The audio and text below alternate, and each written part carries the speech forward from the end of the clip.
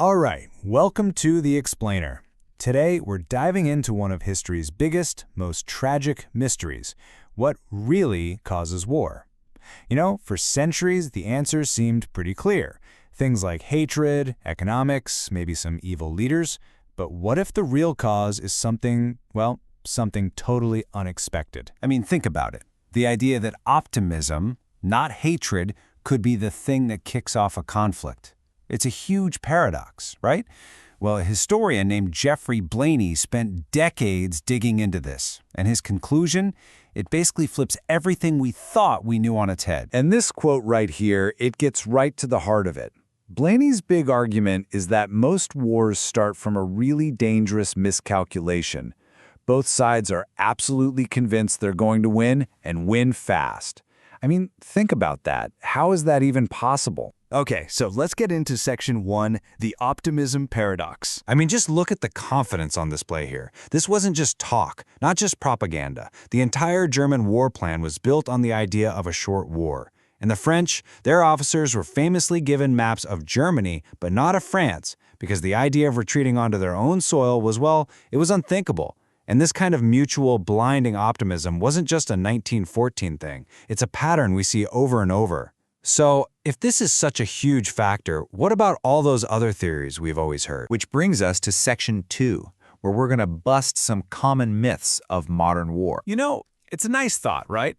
That the closer we are, the more we connect, the more peaceful we'll be. But the history books tell a much blunter story. If you look at wars from 1700 on, the huge majority of them were fought between countries that shared a border. So it seems like being neighbors creates a lot more friction than it does friendship. And that idea had a name. It was called the Manchester Creed, and it was huge back in the 19th century. The core belief was that if you connect the world with trade, travel, and ideas, peace would just naturally follow. Its supporters looked at things like railways and telegraphs and didn't just see technology. They saw tools for building a global brotherhood. But, and this is a big but, here's where that whole theory falls apart. Instead of being these great symbols of peace, those arteries of trade, like canals and railways, became hotspots for strategic competition. Controlling them was so important that nations were literally willing to go to war over them.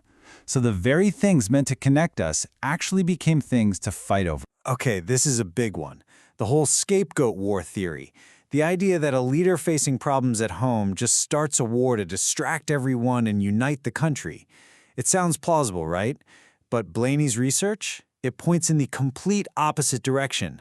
A country that's seriously divided internally is actually weaker, and its leaders know that starting a foreign war is a massive, massive gamble. It's way more likely they'll try to keep the peace because they just can't afford to fight enemies both at home and abroad. So, okay, if it's not about being neighbors or trade or scapegoats, then what is it? We've kind of thrown out the usual suspects. Now we're getting close to the real answer. Which takes us to Section 3, the abacus of power. So here's the core idea behind this abacus of power. War itself isn't the goal. It's actually a really brutal way of settling a very specific argument.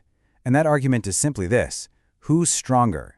When two countries just can't agree on the answer and they're both feeling super optimistic about their own chances, war starts to look like the only way to get a definitive answer. It's a great analogy, really. Think of diplomacy like a bazaar, a marketplace. Nations are haggling over stuff, territory, influence, and the price they're willing to pay is based on how powerful they think they are. But here's the catch. There's no fixed currency, no price tag. And when the haggling breaks down because both sides think they're worth way more than the other, war becomes the final bloody audit that decides who was right. And why is it so hard to agree on who's stronger? Well, because power is just incredibly complicated. It's not just about counting tanks and soldiers. It's about all these other things. How united is your country? How healthy is your economy? What about your leaders, your alliances? It even includes things like, how well does your nation remember how horrible war actually is? With all these moving parts, it's just so easy to get the math completely wrong. All right, let's look at a real-world example in Section 4, a war of miscalculation. This quote, wow, it just perfectly captures the attitude of the mighty British Empire at the time. They looked at their opponents, these Boer republics in South Africa and just saw mere farmers. They were convinced these farmers would be crushed in a few weeks by the world's greatest army. The confidence was just off the charts. And based on that incredible optimism, the British government set aside just £11 million for the entire war. They thought it was going to be a quick, cheap little police action. In and out. But those mere farmers, they fought back, hard and effectively. The war didn't last weeks, it dragged on for almost 3 years.